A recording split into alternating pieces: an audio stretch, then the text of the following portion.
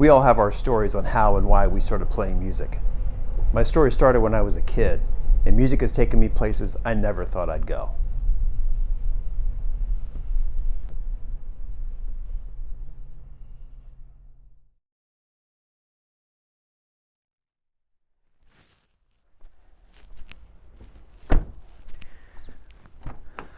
I started off playing Metallica songs with a friend of mine from junior high, just like everybody else.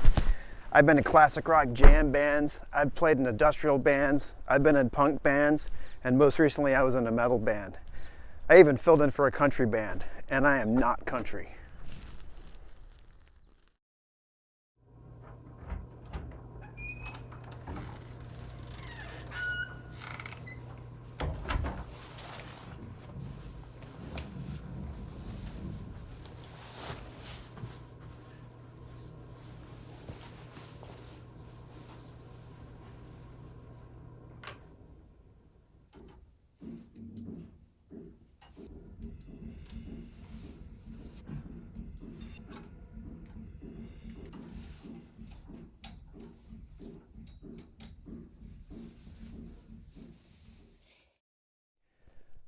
My drumming life isn't quite what I imagined when I was a kid, but I've been able to tour all around the world, and I've done way more playing music than I ever thought was possible. I've played styles of music I never thought I'd play, and I learned a ton from each one of them. You never really know where the trip is going to take you. The story is all in how you get there. I guess that's what makes us all unique. This is part 2 in the story of my life as a drummer. Check it out.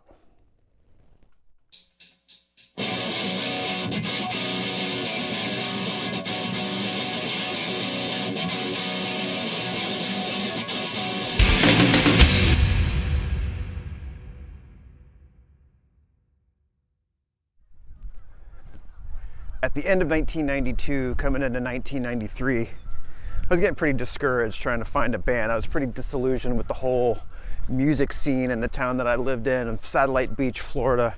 This tiny little beach town, just pretty much a retirement community, and I could not find anybody with the same influences as me that wanted to play the same kind of music, and it was getting pretty rough. About that time, I had reconnected with my best friend Rob from high school, who had moved to Orlando to go to audio engineering school. And I started going over and hanging out with him on the weekends. We were going to clubs, we were going to see bands play, just having a fucking great time. And after about 3 months of going back and forth, Rob needed a roommate. I wanted to change of pace. It was a good fit. So I moved in with Rob and started a whole new thing. Rob was also a drummer, and he was in this band called Heroin, kind of a skinny puppy kind of industrial band. And he mentioned to me that they wanted to incorporate a second drummer and wanted to know if I'd be interested in doing that. And I was like, yeah, sure. Sounds awesome. So about 2 weeks after I moved in, Rob and I went to his girlfriend's house, who was still living with her parents. And her brother Brian was there, who I had never met before. And Brian and I start talking. Brian's about my height, skinny dude, dreads down to about mid-chest. Turns out he's a guitar player, and he and his friend Mike are trying to start a punk band and ask if I'd be interested in getting together and playing with them and see what happens. I said, yeah, why not? I had this Heroin thing on the horizon to see what happened with that, but I was looking at any and all opportunities. I had never anticipated to play in an industrial band or a punk band. But, I couldn't find what I wanted to play, so I figured, fuck it, let's give it a shot. So we get together and we play, and it was very upbeat, happy pop punk stuff. And again, not something that I had really anticipated playing. I wanted to be in something much heavier. I was really into Pantera and Alice in Chains and Faith No More back in those days, and that's what I wanted to play. But, trying to find that was nearly impossible. So we played, we had a great time, and decided to set up another time to play. In the meantime, as Heroin was getting ramped up, I had never met those guys before, obviously, and I honestly don't remember a single practice with them, but when I first met them, I didn't know what to expect, and the singer Anton was this self-proclaimed poet and 100% rip-off of Jim Morrison. I mean, it was unbelievable. Jay, the guitar player, who also played keyboard, looked exactly like the bus driver from The Simpsons.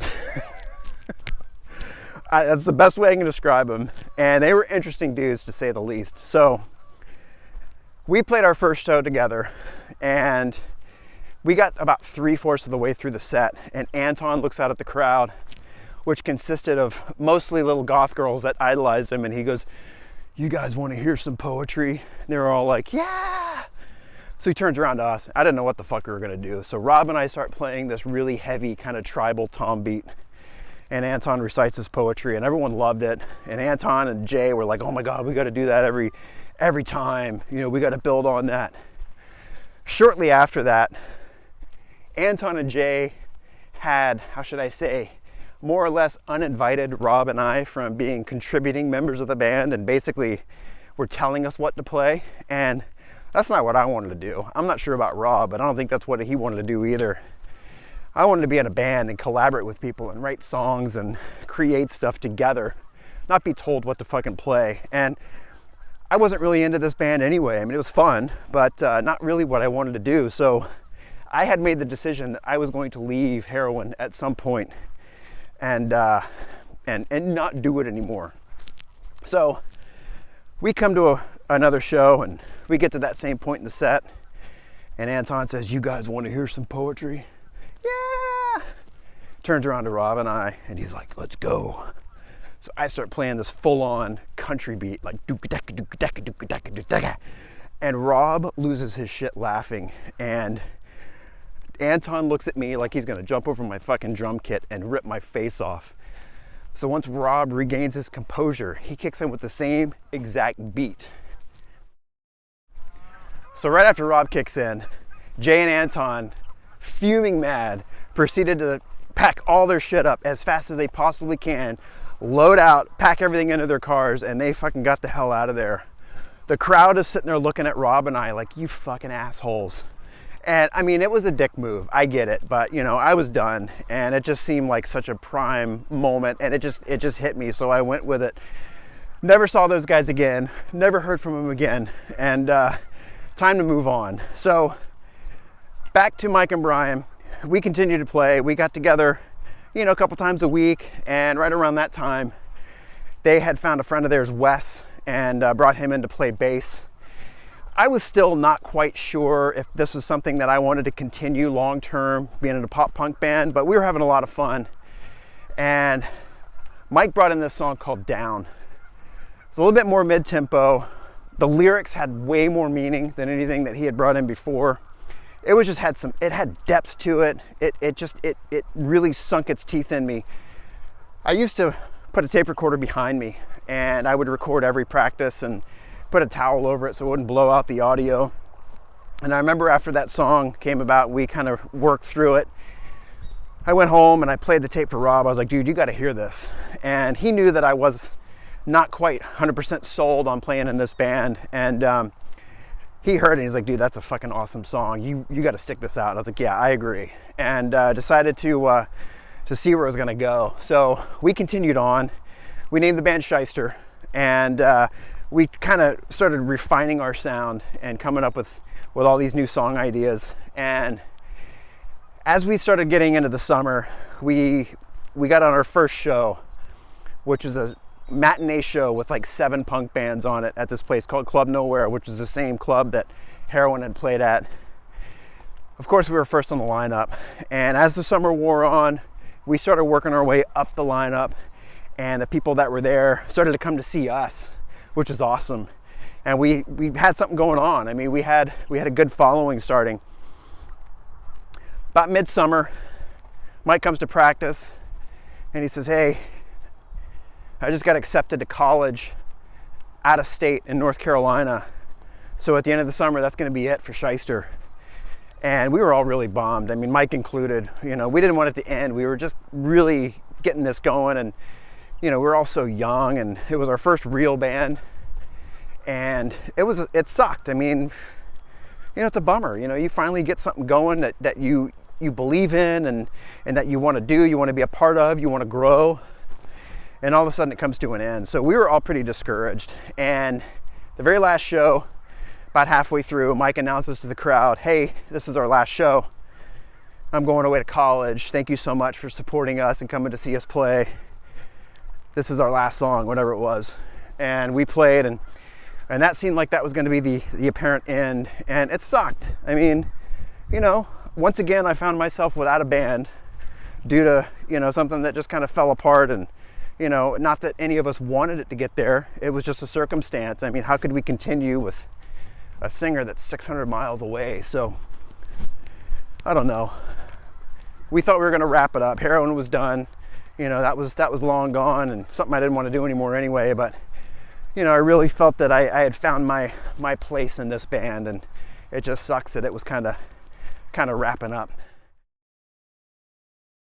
So what happens after the summer of ShYstEr? Well, once again, I find myself without a band, pretty discouraged once again, and looking to see what other opportunities are out there. I mean, we were bummed, man. You know, you finally click, and you finally find people that you really gel with musically, even though it wasn't something that I even really ever anticipated playing. But you know, once again, here I am looking for another band. So what's your situation been like? What are your experiences trying to be in a band? It's a bitch sometimes. It's not easy trying to find people that you click with, and that the music is good, and that you really like playing with, and, you know, people actually like you and come see you. So it was a bummer. Anyway, what happens next? Well, we're going to find out in episode number 3 coming up. So check that out. Okay, see ya.